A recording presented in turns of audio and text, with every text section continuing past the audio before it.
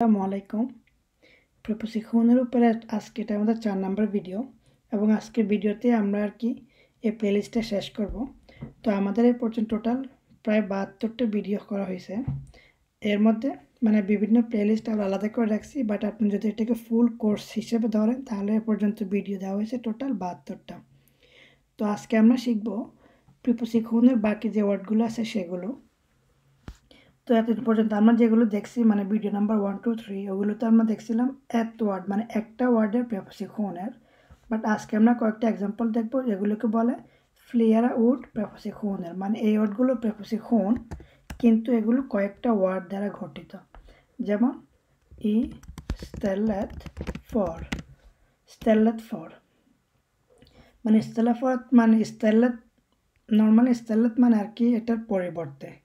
তো আমরা যদি বলি আমি বাসে করে যেতে পারি কোথাও, কিন্তু আমি ট্রেনে করে যাব, আমি বাসে করে যেতে পারি বাট আমি বাসে করে যাব না, স্টেলা ফর বুস আমি ট্রেনে করে যাব, এটা পরিবর্তে আমি ট্রেন ধরে যাব, তখন আমরা বলতে পারি স্টেলাত ফর। এই জন্য এগুলোকে বলে, দেখেন এখানে কিন্তু 3টা ওয়ার্ড, ই যেটা আমরা জানি নর্মালি একটা প্রেপোজিশন, আবার আছে ফর এরকম, এই জন্য এগুলোকে বলে ফ্লেয়ারা উড। তো আমি এবার বলতে পারি ইয়ক্কা নৌকা, আমি চড়তে পারি যেতে পারি বুস, ইয়ক্কা নৌকা bush istället för att åka tåg, åka চড়া গাড়ি বাস এগুলোতে। তো আমরা বলতেছি কি ইয়ক্কা নৌকা বুস আমি বাসে করে যেতে পারি, istället för att åka tåg ট্রেনের পরিবর্তে। এই পরিবর্তনটাকে বলা হয় istället för। তারপর একটা আছে ফর স্কুল, ফর স্কুল এটা একসাথে বলে না। যেমন আমি যদি বলি যে কোনো একজন ছেলে, হয়তো একজন মানুষ যে সুইডেনে থাকে, এখন তার বাবা বাংলাদেশে, তো সে বাংলাদেশে গেছে তার বাবার সাথে দেখা করার জন্য, তখন আমরা বলতে পারি যে সোনেন ছেলেটি রেস্তে তিল, রেসে ভ্রমণ করা, তো সে রেস্তে তিল বাংলাদেশে গিয়েছিল কি জন্য ফর পাপ্পান্স স্কুল, বাবার জন্য বা বাবার খাতিরে বা বাবাকে সম্মান দেখানোর জন্য, এরকম আমরা বলতে পারি তো ফর স্কুল এইভাবে ইউজ হয় যে সোনেন রেস্তে, সোন ট্রাভেল করছিল, ভ্রমণ করছিল, গিয়েছিল কোথায়, তিল বাংলাদেশে কি জন্য, ফর পাপ্পান স্কুল বাবার সাথে দেখা করার জন্য, এরকম যেমন কামাল রেস্তে তিল বাংলাদেশ ফর পাপ্পান স্কুল, এরকম আমরা বলতে পারি। আরেকটা শব্দ ফর সিয়াদান, তো এগুলো যদি আমি একসাথে লিখি, কিন্তু আপনারা দেখতেছেন এগুলো কিন্তু একসাথে লেখে না, এখানে আমরা একসাথে হয়তো শিখতেছি কিন্তু লেখার সময় এগুলো আলাদা আলাদা হবে, এই জন্য এগুলো ফ্লেয়ারা উড বলে। যেমন এই যে দেখেন এখানে ফর স্কুল হচ্ছে পরে, মাঝখানে আরেকটা শব্দ বসছে, এগুলো তো ফর সিয়াদানও কিন্তু নর্মালি একসাথে বসবে না।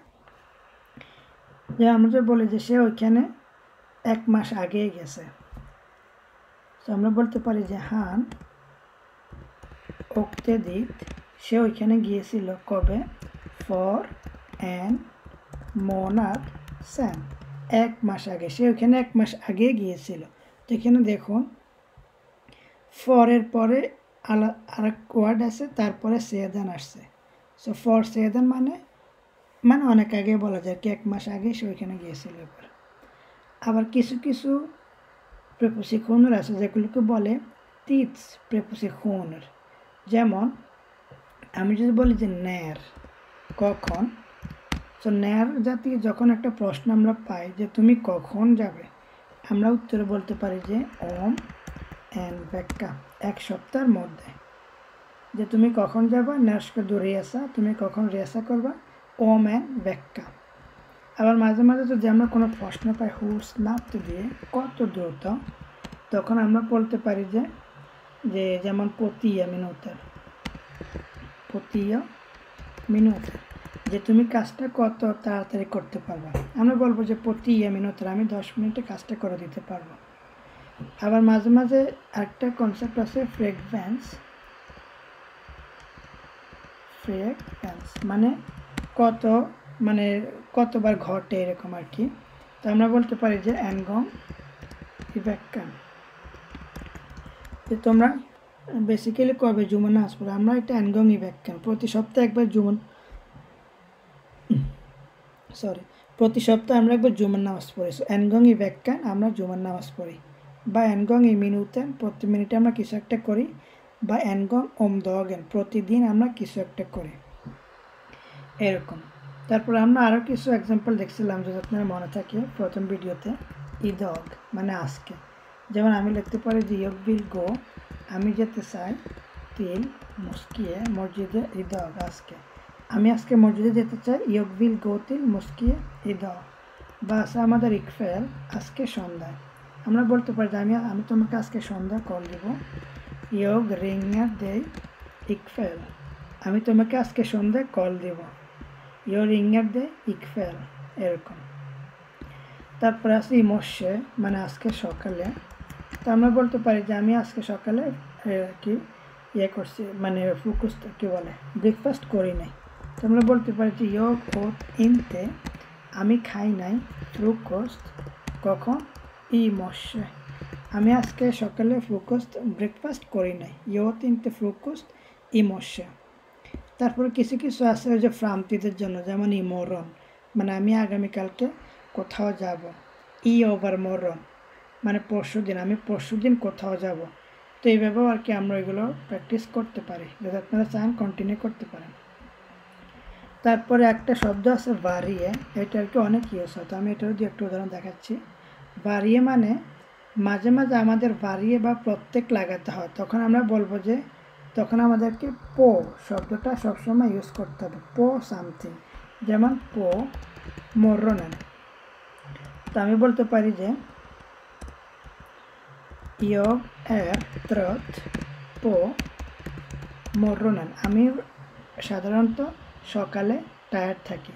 তো এখানে ভারিয়ে মানে আমি এটা দ্বারা বোঝাচ্ছি মূলত সব কি বলে সব সকালে আমি টায়ার্ড থাকি, তো এই জন্য আর কি ভারিয়ের কি বলে বাড়ির ভিতরে আর কি এই জিনিসগুলো আর কি ইউজ হয়, এই জন্য যে প্রত্যেক সকালে আমি টায়ার্ড থাকি। কিন্তু ইয়গের পিক ও ফেললেন, পিক মানে আর কি খুবই তাজা সতেজ বা খুবই আর কি এরকম টাইপের কিছু, যে আমরা খুব অ্যাক্টিভ থাকি।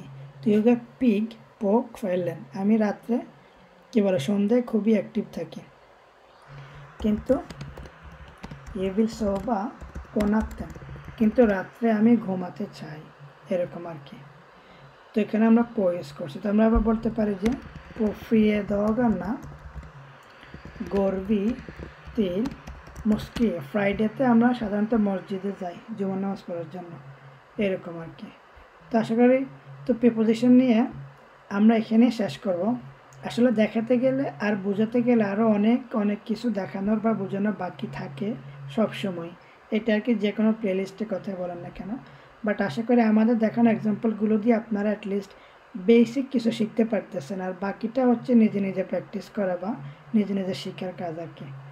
তো এই প্লেলিস্টটা এখানেই শেষ হবে, আর পরের ভিডিওতে আমরা রেকনে উড টপিকটা শিখব। এটা তেমন বড় টপিক না হবে না, বাট এটা আমাদের অবশ্যই ভালো করে মুখস্থ রাখতে হবে, যাতে আমরা কথা বলার সময় মানে সংখ্যা জাতীয় যে শব্দগুলো এগুলো ইউজ করতে পারি, 1 2 বা প্রথম দ্বিতীয় তৃতীয়, এই শব্দগুলো আর কি রেকনে উড এই টপিকটার ভিতরে পড়ে। তো পরের টপিকে আমরা এগুলো নিয়ে শিখব। তো আপনারা প্র্যাকটিস করতে থাকুন আর নতুন নতুন সেন্টেন্স ক্রিয়েট করে আর কি এগুলো ইউজ করুন। তো সবাই ভালো থাকবেন, দোয়া করবেন। আসসালামু আলাইকুম।